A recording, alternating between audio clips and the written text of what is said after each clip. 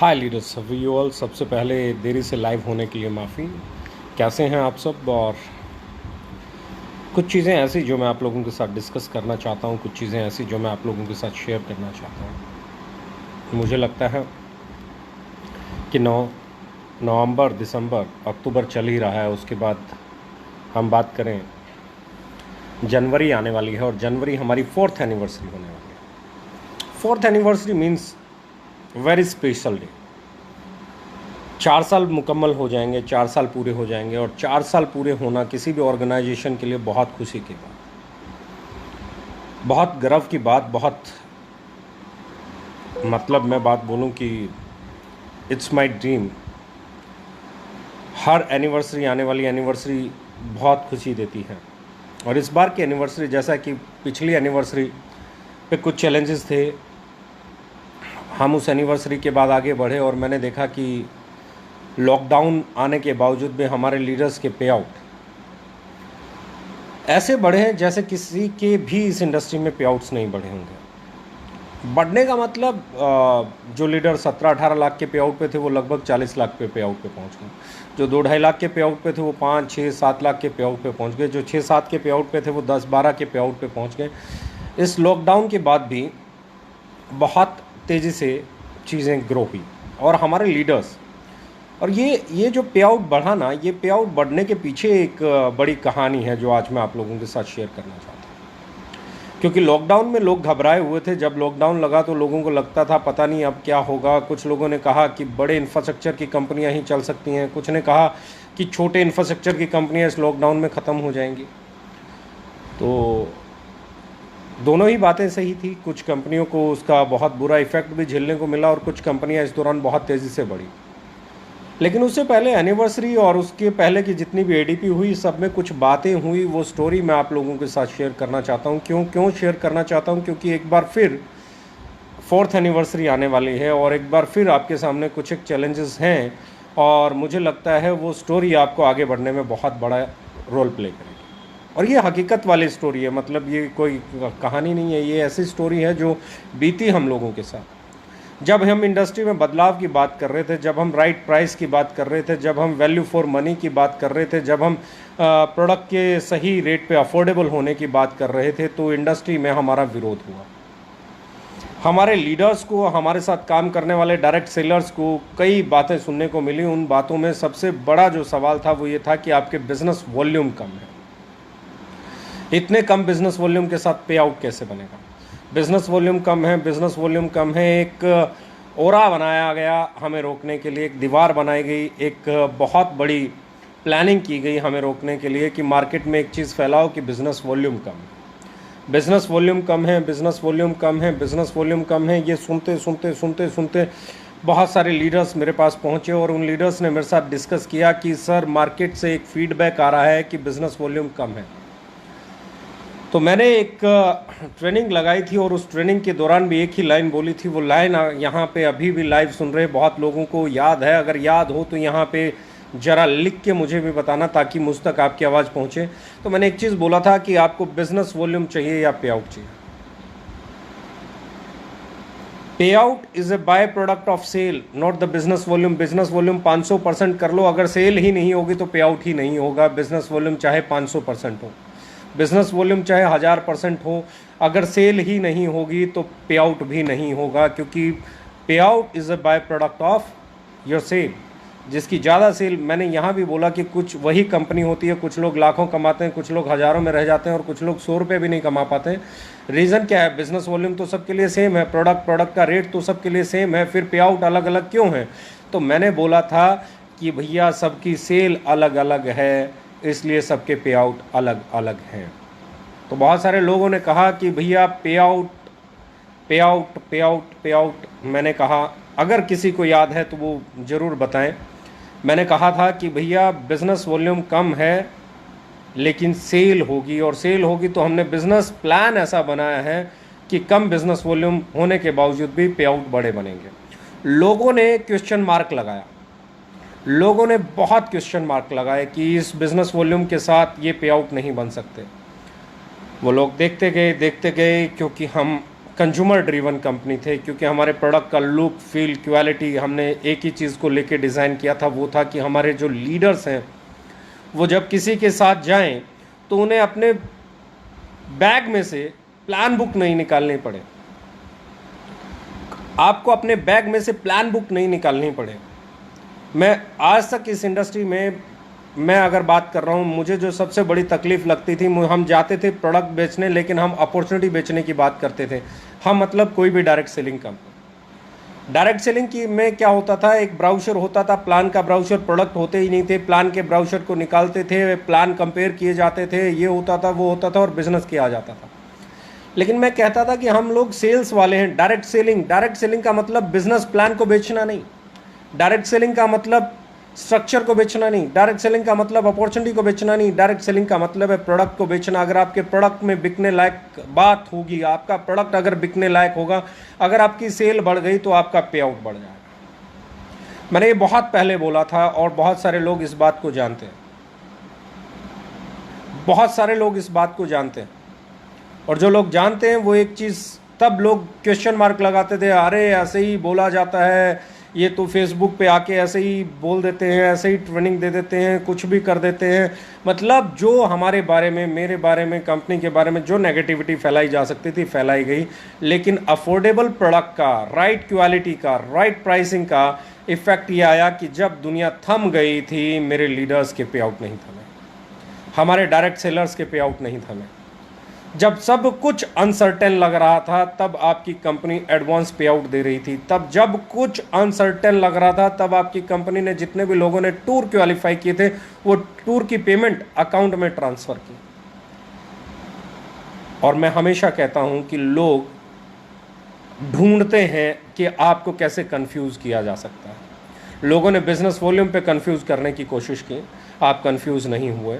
जो लोग 1 लाख रुपए महीना कमाते थे वो आज 5, 6, 7 पे चले गए, जो 6, 7 कमाते थे आज 10, 12 पे चले गए। और खुशी की बात यह है कि 20 लाख से ऊपर महीना कमाने वाले लीडर्स की संख्या है। आज नॉर्थ ईस्ट में 17 लाख रुपए महीना कमाने वाला लीडर है, आज दिल्ली में 20 लाख, 15 लाख, 30 लाख, 40 लाख रुपए कमाने वाला लीडर है, आज हरियाणा में 35 लाख कमाने वाला लीडर है। आज हर स्टेट में जहाँ पे बात करोगे लीडर्स पे आउट बना रहे हैं। आज नॉर्थ ईस्ट में पे आउट बन रहा है, आज साउथ में पे आउट बन रहा है, आज ईस्ट में पे आउट बन रहा है, वेस्ट में पे आउट बन रहा है।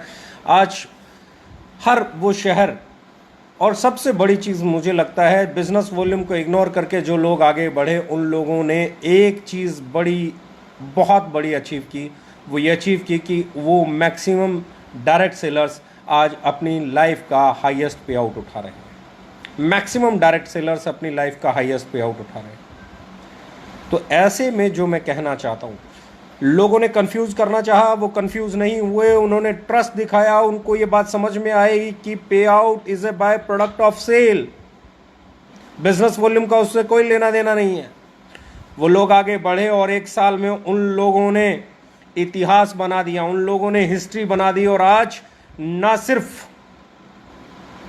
सिर्फ हम लोग सक्सेसफुल हुए, आज हमारे ना सिर्फ डायरेक्ट सेलर्स सक्सेसफुल हुए, आज ना सिर्फ हमारे लीडर्स सक्सेसफुल हुए, बल्कि एक और बड़ी चीज़ हुई, आज इंडिया की हर नई शुरू होने वाली कंपनी हमारे प्लान को कॉपी करती हैं, हमारी आइडियोलॉजी को कॉपी करती हैं, हमारी बातों को कॉपी करती हैं। हम जो बोलते हैं वैसी वैसी बातें बोलती हैं, हम जैसा प्लान लेके आए हैं वैसा वैसा प्लान लाने की बात होती है, हम जैसे प्रोडक्ट की बात कर रहे हैं वैसे ही प्रोडक्ट की बात होती है, हम अफोर्डेबल प्राइसिंग की बात कर रहे हैं अफोर्डेबल प्राइसिंग की बात होती है। यानी कि आज पूरे हिंदुस्तान में चाहे कोई किसी पुरानी कंपनी को छोड़ के अपनी कंपनी करे या नई कंपनी खोले या कुछ भी करे, वो एक लाइन बोलता है अफोर्डेबल प्राइसिंग, वो एक लाइन बोलता है एथिकल डायरेक्ट सेलिंग, वो एक लाइन बोलता है सही प्लान, वो एक लाइन बोलता है 2 लाख का जनरेशन प्लान। यानी कि रिवोल्यूशन लेके आए हैं हम लोग।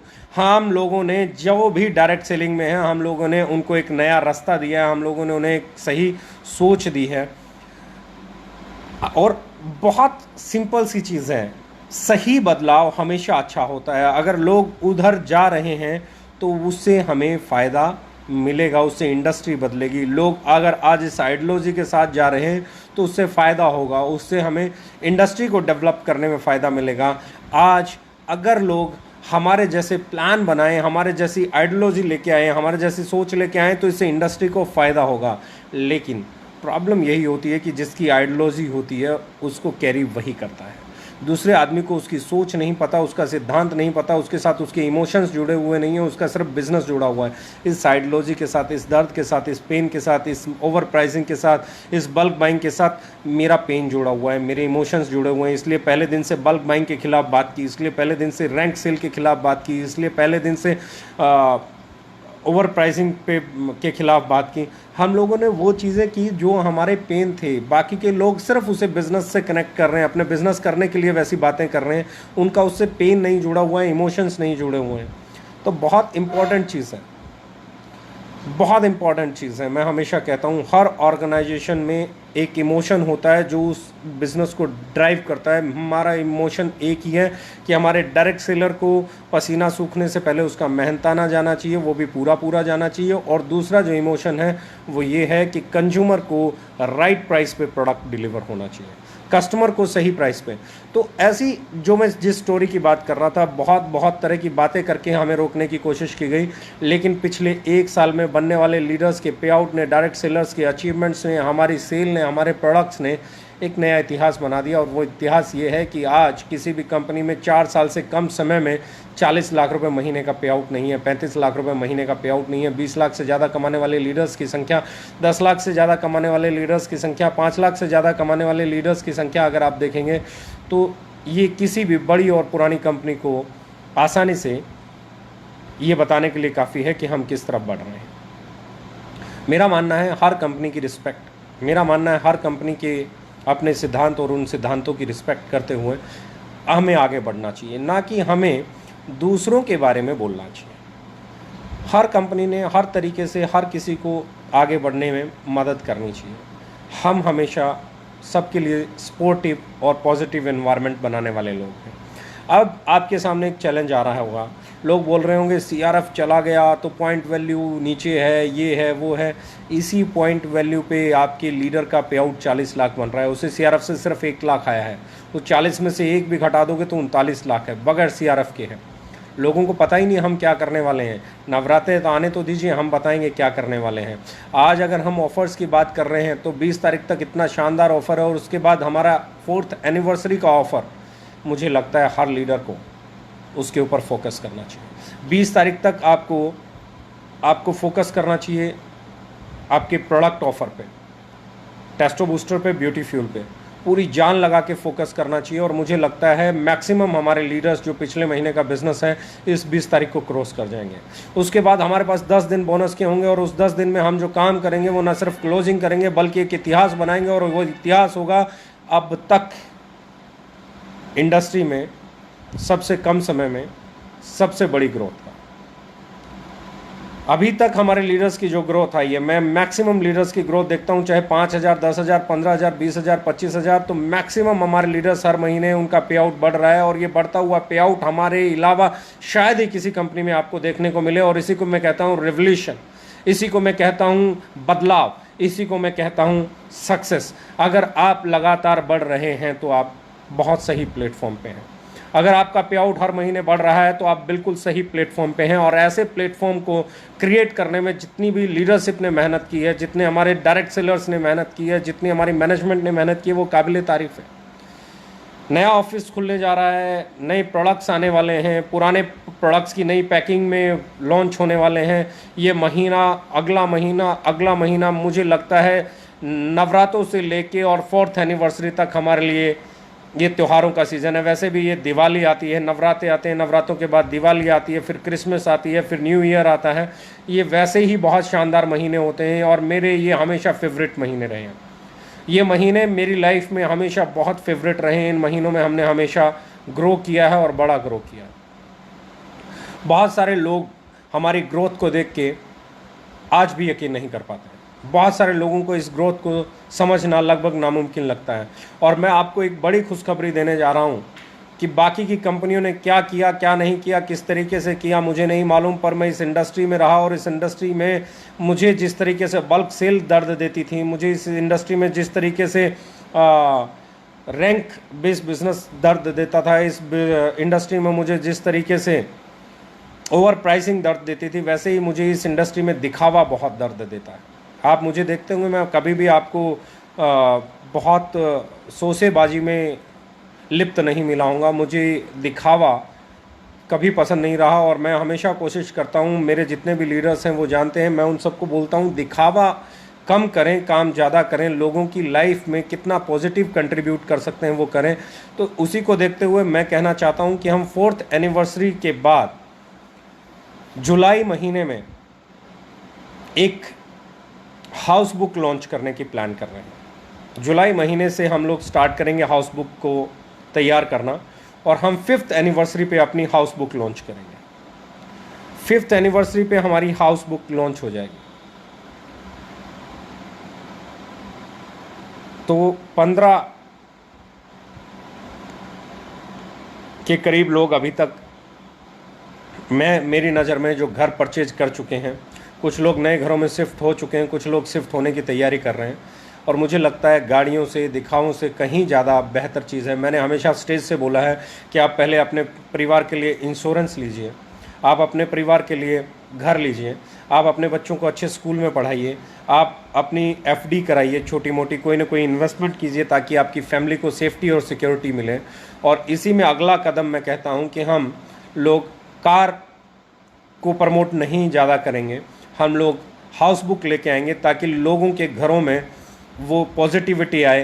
क्योंकि कार आती है तो वो सिर्फ आपकी आती है, आपकी फैमिली को वो कभी जाना होता है कहीं तभी उनके काम आती है, लेकिन जब आपका घर आएगा तो वो आपके पूरे परिवार के लिए होगा, वो एसेट उनके लिए होगी। तो हम लोग गाड़ियों से ज़्यादा आज भी फोकस करेंगे कि लोग हमारे डायरेक्ट सेलर, हमारे डिस्ट्रीब्यूटर अगर वो पैसा बनाएं तो वो घर लें, वो इंश्योरेंस कराएं, वो अपने बच्चों को अच्छी जगह पढ़ाएं, वो अच्छी जगह इन्वेस्ट करें, ना कि गाड़ियों में और झूठे दिखावे में और बड़ी बड़ी बातों में उसे ख़राब करें।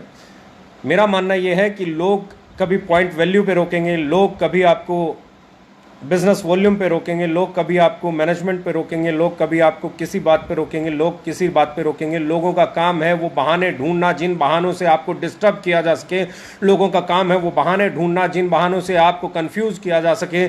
लोगों का काम है आपको वहाँ से डिस्टर्ब करके अपने साथ लेके आना, लेकिन आपका काम है अपने बिजनेस को समझना, अपनी स्ट्रेंथ को समझना, अपनी ताकत को समझना, अपने प्रोडक्ट को समझना, अपने बिजनेस प्लान को समझना, अपनी आइडियोलॉजी को समझना और एक चीज़ पे फोकस रहना कि आप यहाँ कैरियर बनाने के लिए आए हैं, आप आए हैं यहाँ इतिहास बनाने के लिए, आप आए हैं यहाँ पे अपनी लाइफ को पॉजिटिव साइड में लेके जाने के लिए, आप आए हैं अपने आप को कामयाब कहलवाने के लिए, आप आए हैं लोगों को ये बताने के लिए कि business volume, point value, bulk sale, rank sale, इनके बिना भी, दिखावे के बिना भी लाइफ में डायरेक्ट सेलिंग के अंदर बहुत बड़ा अचीव किया जा सकता है। मेरा मानना ये है।